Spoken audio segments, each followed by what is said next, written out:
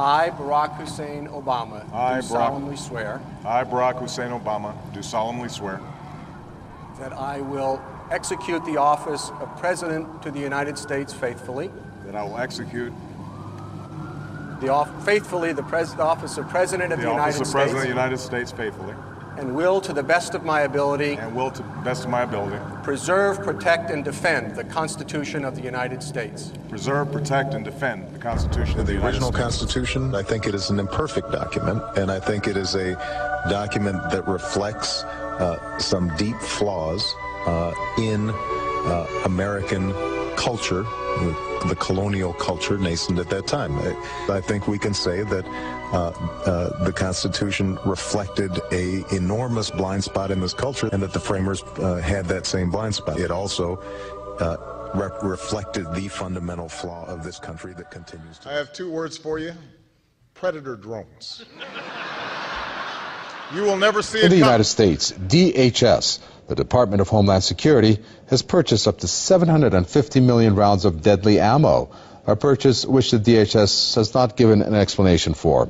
Just down the street from our studios, in the U.S. Capitol, your elected officials, both the Senate and the House of Representatives, have just overwhelmingly passed the National Defense Authorization Act. It gives the military the power to indefinitely detain American citizens, even those captured here in the United States. Right. But Senators McCain and Levin have added this legislation which would authorize the president to declare the entire United States of America, all 50 states and all territories, to be a battlefield, even though there's no battle, thanks be to God, going on here. War on terror is different. And that would authorize him to use commander-in-chief authority in the United States to use the military to arrest people in the United States who, in the president's opinion, are enemies of the country. Graham, who supports it, has argued that this would authorize the president of the United States to arrest Americans by simply saying they gave up their citizenship New questions rights. Tonight about an Army combat brigade being trained to deal with civil disturbances in the United States.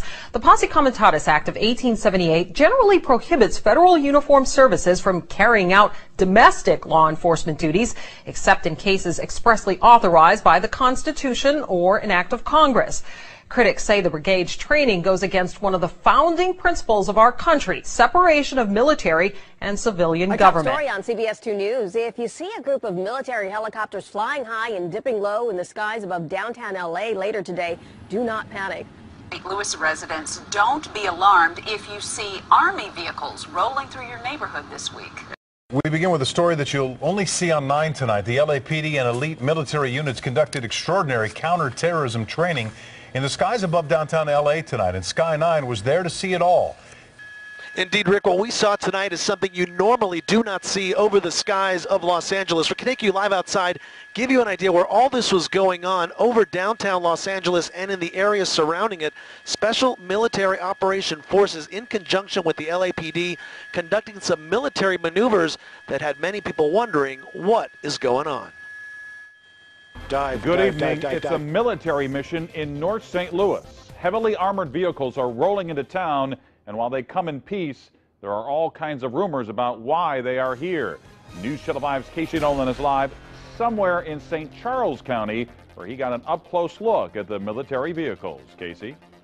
Yeah, Mike, in order to get that up-close look, we've agreed not to say exactly where in St. Charles County we are tonight and where these vehicles will be parked overnight. The Army doesn't want that information to be made public for security reasons, but we can tell you why they are here. Now, this may not be such a huge deal that these rigs are in town if not for the speculation that was coming via the internet today. St. Louis police first put out the word that people may see these armored security vehicles in their neighborhood, especially near the Army Reserve Armory in North St. Louis on Goodfellow.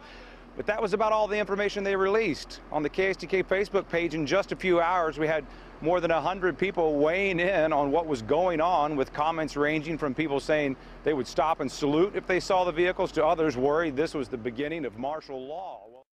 A new generation of surveillance drones could soon be watching us all from overhead. The Federal Aviation Administration is expected to announce plans to expand the use of domestic drones in American airspace. Agencies love these drones, and they say they'll be able to save lives in things like hostage situations or search and rescue operations. But obviously, the privacy concerns are huge, because they will, in effect, bring every single backyard in America into the authorities' view. You've always had an expectation of privacy in your own backyard. You will no longer have it with I don't want with regulations, I don't want restrictions, I want a ban on this. Drones are instruments of war.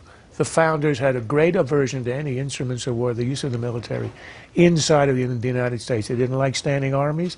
It has all kinds of statutes against using the army in the country. A drone is a high-tech version of an old army and a musket.